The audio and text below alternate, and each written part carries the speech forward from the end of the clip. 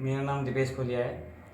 मैं 12th के बाद एनडीए प्रिपरेशन के लिए देहरादून डिफेंस एकेडमी आया था और successfully I clear written examination और अब नेक्स्ट मंथ मेरी एसएसबी है। एसएसबी की डेट क्या है बेटा? 9 सितंबर और 2000। रोल नंबर बताओगे अपना? सर रोल नंबर था 1446657। ठीक है दीपेश, बहुत सारे बच्चों की ये उनको जानने की इच्छा होती है कि पढ़ाई की स्ट्रेटजी क्या रहे, तो उसके बारे में कुछ बताओगे कि किस तरीके से पढ़ाई तुमने की कि पेपर निकालने में तुम सफल रहे? सर पढ़ाई का मतलब मैंने सोचा कि मैं एक ही मतलब सिर्फ एक सब्जेक्ट पे फोकस ना करते हुए सारे सब्जेक्ट पे देखा, क्योंकि सारे सब्जेक्ट इक्वली इंपॉर्टेंस देते हैं। तो जैसे कि मैं कहना चाहूँगा कि मतलब अगर किसी की मैथ्स बढ़िया है, स्ट्रॉन्ग है, ठीक ठाक है, तो आई थिंक उसको जीईटी पे ज़्यादा फोकस करना चाहिए, कट ऑफ तक पहुँचेगा। और अगर मैथ्स वीक है तो मैथ्स पे ज़्यादा फोकस करना पड़ेगा, ताकि अगर 75 क्लियर करें नंबर और उसका मैथ्स की कट ऑफ क्लियर हो, फिर उसके बाद जीईटी में ध्यान। तो मैंने मैथ्स ऑलमोस्ट मतलब ठीक ठाक थी, as I am a PCM student already, तो ठीक ठाक मैथ्स थी। तो मैंने मैथ्स के लिए पहले आशु मलिक सर ने पढ़ाया सारा, और कोर्स ख़त्म हो गया था, ऑलमोस्ट कंप्लीट हो गया था। फिर हमने उसके बाद पीवाईक्यू करे सारे, बहुत सारे मतलब जितने भी थे 2006 से 2021 तक के। उसके बाद मुझे पता चल गया कि मतलब किस लेवल का पेपर आ रहा है। फिर लास्ट के 15 और 20 डेज में हमने मॉक टेस्ट दिए, तो उससे भी लेवल पता चल जा रहा था। और उसमें मतलब मेरे मार्क्स 170 180 इतने अप्रॉक्स आ रहे थे। पर मैंने सोचा कि पेपर में भी इतने आ जाएंगे, पर ऐसा हुआ नहीं, क्योंकि थोड़ा वहाँ टाइम मैनेजमेंट और इश्यू हो जाता है, तो थोड़ा कम आ गए थे। और जीएटी के लिए सौरभ सर ने इंग्लिश पढ़ाई, और वो इंग्लिश बहुत बढ़िया है, मैं कुछ बता नहीं सकता ग्रामर, क्योंकि बहुत मतलब अलग लेवल का एक्सपीरियंस था इंग्लिश पढ़ना। और जगह से भी पढ़ के आया था मैं, इससे पहले थोड़ा इंग्लिश पढ़ी थी ग्रामर, पर वो खाली वैसे ही कि अगर ऐसा होगा तो वैसा लगा देना, इस हिसाब से। तो पर यहाँ मैंने अलग तरीके से पढ़ा कि मतलब रीज़न पढ़े कि क्यों है, मतलब ये अगर एरर है तो क्यों है इधर पर, और ये इस पर कैसे सही हो सकता है। तो इस टाइप पे इंग्लिश मतलब इंग्लिश 1-2 महीने में बहुत ज़्यादा ध्यान इंग्लिश पे ही दिया, क्योंकि मैं फोकस कर रहा था कि 45 से 46 क्वेश्चन अगर इंग्लिश में हो जाएंगे तो फिर ऑटोमेटिकली कट ऑफ तक चले जाएंगे नंबर, और जीएटी में कम भी ध्यान हमारा चलेगा। और इंग्लिश में मैंने 43 क्वेश्चन कर पाया फिर, और इसमें 41 या 42 सही थे शायद। बहुत बढ़िया। फिर उसके बाद जीएस के लिए मैंने ज्योग्राफी और हिस्ट्री यही शुभम सर ने पढ़ाई थी, तरुण गोयल बुक से पढ़ी हमने। और बस जीएस शुभम सर का ऐसा था कि जैसे उस टाइम पे टॉपिक पढ़ाते थे, और उसके बाद हमारे पास पीवाईक्यू की बुक होती थी तरुण गोयल की ऑब्जेक्टिव। तो उस जैसे हमने साइक्लोन का टॉपिक पढ़ा, तो उसी के बाद बुक में गए और साइक्लोन का टॉपिक देखा, फिर उससे क्या क्या क्वेश्चन बन सकते हैं, तो वो हमने उस टाइम पे सॉल्व करे। क्योंकि सर बोलते थे कि पूरा थ्योरी पढ़ लोगे पर पता नहीं चलेगा कि क्वेश्चन किस टाइप का आ रहा है, तो समझ नहीं आएगा। इसलिए उसी टाइम पे टॉपिक पढ़ो और एक बार रिवाइज करो और सीधे क्वेश्चन देखो कि क्या पूछना चाह रहा है। तो उससे बहुत बढ़िया हेल्प मिली मुझे पेपर करने में। तो वह जीएस ऐसे हो गया था। और फिजिक्स केमिस्ट्री मैंने 12th तक मतलब ठीक ठाक पढ़ी थी स्कूल में भी, तो बस एक बार रिवाइज करा और पीवाईक्यू कर लिया 2006 से सारे, तो बस हो गया था। बुक्स के बारे में क्या बताओगे, क्योंकि बहुत सारे बच्चों की एक बड़ी परेशानी ये भी है कि भैया स्टडी मटेरियल कौन सा रेफ़र किया जाए, तो कौन कौन सी बुक या कोई ऑनलाइन प्लेटफॉर्म अगर रेफ़र करना चाहो तो बुक बच्चों तो को? मैं सबसे पहले तो मैथ्स के लिए आर एस अग्रवाल दी थी हमको, पर आई थिंक मैंने सोचा कि आर एस अग्रवाल से उतना हो नहीं पाएगा, क्योंकि उस लेवल का अब एनडीए का थोड़ा लेवल हाई हो चुका है वैसे भी। तो फिर उसके बाद मैथ्स के लिए हमने वही आशु सर ने पढ़ाया, तो वही नोट्स बनाते थे। उसके बाद पीवाईक्यू करे सारे, मतलब बढ़िया बढ़िया लेवल के। पर आर डी शर्मा तो आई थिंक कोई ज़रूरत नहीं है, इतना ऑब्सलीट हो गई है, बहुत पुरानी चीज़ है नहीं अब। है, और इतनी ज़रूरत नहीं है मतलब, क्योंकि 150 नंबर या इतने नंबर लाने हैं तो हो जाता है वो नॉर्मली पढ़ के भी, और पीवाईक्यू हेल्प कर देते हैं। तो एक बढ़िया से नोट्स बना लेने हैं चैप्टर के सारे, उसके बाद उनके क्वेश्चन में जाना है, और क्वेश्चन ऐसे कि मतलब लेवल अच्छा हो उनका, बिल्कुल कि बिल्कुल। जैसे एनडीए से अच्छा लेवल हो। क्योंकि एनडीए से लो लेवल करोगे तो हो तो जाएंगे, पर वो खाली एक सेटिस्फेक्शन देगा, मगर पेपर में ऐसे क्वेश्चन आएंगे नहीं, तो कोई फायदा है नहीं। तो एक हाई लेवल अच्छा रहता है कि अच्छा लेवल का क्वेश्चन करूँ, और नहीं हो रहा है तो दोबारा कर लो, कोई नहीं, ट्राई करके हो जाते हैं। बिल्कुल बिल्कुल। तो ऐसा ही करा, मैथ्स में यही था हमारा। और इंग्लिश के लिए बुक एक एसपी बख्शी थी हमारी यहाँ इधर अकेडमी में दी जाती थी, और उसमें मतलब सर ने जो बताया, सौरभ सर ने हमें पढ़ाया, फिर उसके बाद वही उसमें गलतियाँ हैं एसपी बख्शी में थोड़ी कुछ कुछ, और समझ में नहीं आता, थोड़ी लैंग्वेज थोड़ी डिफिकल्ट है। तो जो सर ने बताया और उन्हीं के नोट्स बनाए, फिर उससे ही उसमें लास्ट में जो एक्सरसाइज दी होती है एसपी बख्शी में दी है, तो वही करी हमने सारी। और बस उसके भी फिर सारी जब चैप्टर हो जाते हैं 10 के 10, तो उसके बाद एरर्स दिए हैं उसमें बहुत सारे, तो वो भी करे हमने। पर वो सारे मेरे से हो गए थे, टाइम पे हो गए थे, पर तो फिर मैंने मतलब इंग्लिश के लिए कुछ ज़्यादा ही वो था कि मैं और ज़्यादा करूँगा ऐसे पे। तो सर बोलते थे कि अब बहुत हो गए, 45 भी कर लेगा तो बहुत है, पर मेरे को सोचता था कि 50 भी हो जाएंगे तो ज़्यादा बढ़िया रहेगा। तो मैंने सौरभ सर से और क्वेश्चन मांगे, तो उनने बहुत सारे एरर भी दिए, 800-900 एरर कहीं से दिए थे बढ़िया बढ़िया, तो मैंने उनको भी कहा, तो बस इतना ही। और वो कैब के लिए आरब सर ने करवाई थी बहुत सारी वो कैब, मुझे लगता नहीं कि फिर उस 20 में से कहीं और बचे थे, सारे के सारे वही गए थे, सारे वो कैब बढ़िया थे।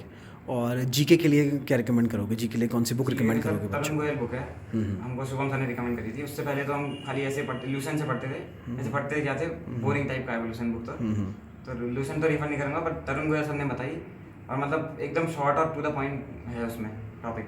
एक जैसे कोई भी जैसे साइक्लोन ले लो तो बिल्कुल 4-5 लाइन में दिया है, और आई थिंक कभी भी अगर एनडीए में उससे रिलेटेड आया होगा साइक्लोन से तो उन 4-5 लाइन में मिल जाएगा क्वेश्चन। तो उनने सर ने शुभम सर ने मतलब उसी बुक को पढ़ना भी सिखाया कि कैसे पढ़ोगे और क्या क्या इंपॉर्टेंट चीज़ें हैं, मतलब तरुण गोयल में हाईलाइटेड भी दी हैं रेड कलर से जो इंपॉर्टेंट है, और मतलब एज इट इज़ पेपर में भी क्वेश्चन ऐसे ही आते हैं वो सेम प्रिंट हो गए।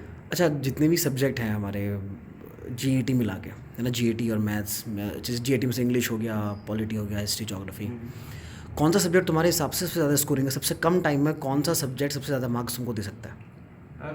मॉडर्न हिस्ट्री अगर पढ़ें तो ज़्यादा बेनिफिशियल रहेगा। जैसे कि अब मतलब कोई शुरू कर रहा है कि एंशियंट हिस्ट्री से, फिर मेडिवल से, फिर मॉडर्न में जा रहा है, और मॉडर्न सोच रहा है कि कम पढ़ लेता हूँ चलेगा, तो ये I think it is not a right strategy, क्योंकि एंशियंट और मेडिवल से खाली क्वेश्चन टोटल मिला के 4 आते हैं, बस 4 या 6 आएंगे।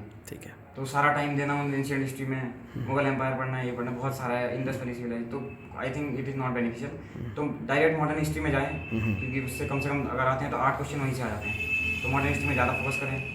और ज्योग्राफी में इंडियन ज्योग्राफी बहुत ज़्यादा इंपॉर्टेंट है। बिल्कुल, ज़्यादा क्वेश्चन वहाँ से अब पढ़ने में लगे हो कि सारी वर्ल्ड ज्योग्राफी पढ़ ली और क्वेश्चन आते हैं 4, तो कोई फायदा नहीं। तो इंडियन ज्योग्राफी में ज़्यादा ध्यान दोगे तो बढ़िया है।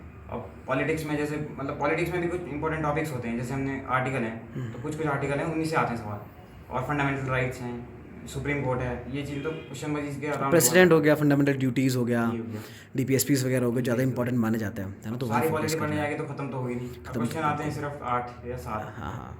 इसलिए मतलब मेन फोकस एरिया यही था कि फंडामेंटल राइट पढ़ लें और आर्टिकल पढ़ लें, वही तरुण गोयल में जो दिया है सारा। ठीक है, बहुत बढ़िया अच्छा, मटेरियल है। बीइंग अ साइंस स्टूडेंट, तुम बच्चों को क्या रिकमेंड करोगे कि साइंस पे ज़्यादा ध्यान दे या आर्ट्स वाले सब्जेक्ट्स पे ज़्यादा ध्यान दे? एक साइंस का बच्चा साइंस में ज़्यादा स्कोर कर पाएगा या हिस्ट्री, पॉलिटी, ज्योग्राफी में ध्यान देगा तो ज़्यादा स्कोर कर पाएगा?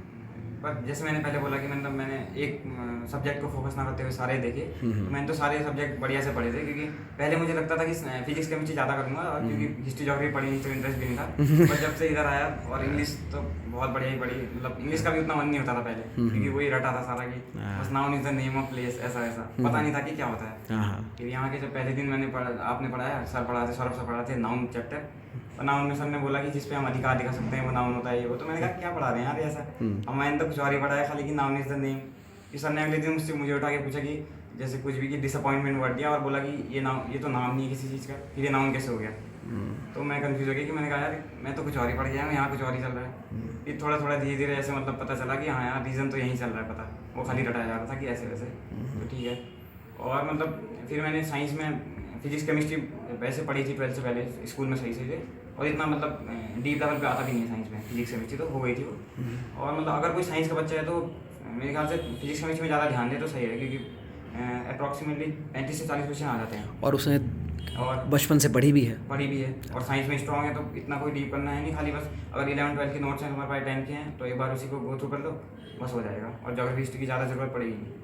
और अगर जो जिसका उनमें इंटरेस्ट ज़्यादा है ज्योग्राफी हिस्ट्री में, तो ज्योग्राफी हिस्ट्री पॉलिटिक्स बढ़िया से पढ़ लो, फिजिक्स केमिस्ट्री थोड़ा कम रहने लो, मतलब जो कॉमर्स साइड का बच्चा है उसके मतलब दोनों अप्रॉक्स एक ही जैसा वेटेज रहता है, फिजिक्स केमिस्ट्री बायो, और इधर ज्योग्राफी सिविक्स और वो हिस्ट्री, मतलब वो कर लो। पर मैंने सारे सब्जेक्ट को लिया था। सबसे ज़्यादा अच्छी स्ट्रेटजी मेरे ख्याल से भी यही है कि तुम किसी भी सब्जेक्ट को, किसी भी सेक्शन को इग्नोर ना करो, है ना? किसी भी सेक्शन के मुश्किल क्वेश्चन आ सकते हैं, किसी भी सेक्शन के बहुत आसान क्वेश्चन भी आ सकते हैं। जैसे तुम सोच के जाओगी मतलब फिजिक्स में मैं 25 आते हैं और मैं सारे कर दूंगा, हाँ। और इस बार फिजिक्स के आगे 16 या 15, तो 10 क्वेश्चन तो वैसे और वो भी मुश्किल आ गए। वो भी मुश्किल आ गए, ऐसा होता है कई बार। बिल्कुल। ये पॉलिटिक्स के तो नवंबर वाले टाइम में 10 आ गए थे। अब कोई बच्चा अगर अप्रैल के लिए वो करता है तो वो सोच रहा होगा कि पॉलिटिक्स पढ़ लेता हूँ 10 आ जाएंगे, अगले बार 5 ही आए, तो रह गए उसके 5 क्वेश्चन। उसके चक्कर में उसने ज्योग्राफी नहीं पढ़ी, सोचा होगा कि यहाँ हो जाएगा। तो आई थिंक सारे सब्जेक्ट बढ़िया से पढ़ लो कि कुछ रहे ना, कैसा भी आ जाए। चलिए, एट द एंड जो तुम्हारे जूनियर्स हैं, जो एकेडमी में भी हैं या कहीं और भी तैयारी कर रहे हैं, उनको कोई लास्ट मिनट कोई टिप दोगे? सबसे इंपॉर्टेंट चीज़ जो तुमने रियलाइज़ की अपनी तैयारी में। टिप सर एक ही टिप देना चाहूँगा कि कंसिस्टेंसी। आशु सर भी यही बोलते थे कि मतलब और सारे बच्चे जो इधर कोचिंग में आए मेरे साथ, पर वो कंसिस्टेंट नहीं थे। मतलब एक दिन आते थे और चैप्टर बोरिंग लगा या नहीं मन लगा तो अगले दिन से नहीं आते थे, फिर कुछ दिन गैप बाद आए। मॉक टेस्ट हुए तो 80 या 90 बच्चे होते थे और मॉक टेस्ट के टाइम पे 10 या 15 रह गए। तो तो ऐसा ही है कि सर ने बोला कि तुझमें एक ही चीज़ देखी जो भी था बस 6 महीने में कि कंसिस्टेंट था, एक भी दिन एब्सेंट नहीं हुआ और सारी क्लासेस हमेशा टाइम पे करी, जो भी मतलब होमवर्क मिलता था ये मिलता सारा करा। तो बस मैं सर कह रहा हूँ कि कंसिस्टेंसी सबसे इंपॉर्टेंट है कि मतलब जैसे कभी अगर नहीं हो पा रहा है कोई हार्ड क्वेश्चन है तो छोड़ दो, ऐसा करके कोई फ़ायदा नहीं है, उस पर ट्राई करो या सर से पूछो या वहाँ कहीं भी पूछो, पर जब तक जब अगर वो क्वेश्चन हो जाएगा तुमसे तो अलग लेवल का सेटिस्फेक्शन मिलता है। बस कंसिस्टेंसी सबसे बढ़िया चीज़ है, हार्ड वर्क तो करना ही पड़ेगा, पेपर निकालना है। थैंक यू खोलिया। Thank you.